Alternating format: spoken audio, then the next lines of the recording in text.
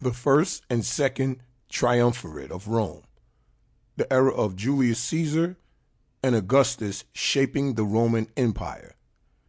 Written by Clifford Alexander.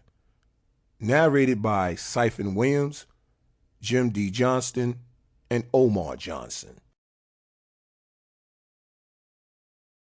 The first Triumvirate of Rome, Julius Caesar, Marcus Licinius Crassus, Gnaeus Pompey Magnus, and the Fall of the Roman Republic. Written by Clifford Alexander, narrated by Cyphen Williams. Chapter 1. The chaotic first century. The first triumvirate marks an important demarcation in the development of Roman statehood. It was a time when power became consolidated within the hands of a very few and privileged elite. It was a watershed moment that had tremendous consequences for the future of the Roman dominion. However, it was also a shift in political organization that was long in the making. To thoroughly understand the importance of the first triumvirate, it is necessary to assess the events and social phenomenon that had preceded it and gripped the Roman Republic. Compared to the 2nd century BC, Rome's entrance into the 1st century was one of stark contrast to the traditional systems associated with Roman rule. Previously, each member of the state had each a vested interest in maintaining Roman interests at home and abroad. The conflicts of the Punic Wars, or the conquests of Greece and Asia Minor, exemplify this cooperation.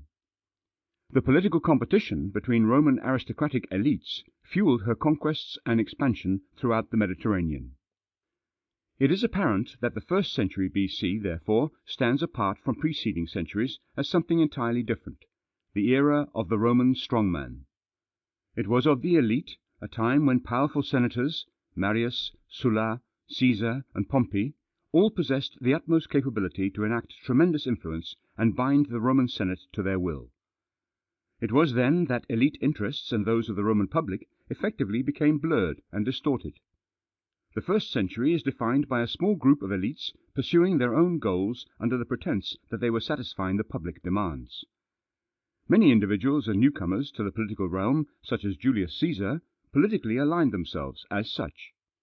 The question then becomes one of explaining how such a transition from republic to oligarchy came about. Our understanding of this tumultuous period begins in the 2nd century BC, the period that saw the rise of the Roman Republic to its most resplendent position of power. It was then that Rome, through conquest, had carved a place for itself among the great empires of the ancient world. The Second Punic War's conclusion in the dying years of the 3rd century BC. Sample complete. Ready to continue?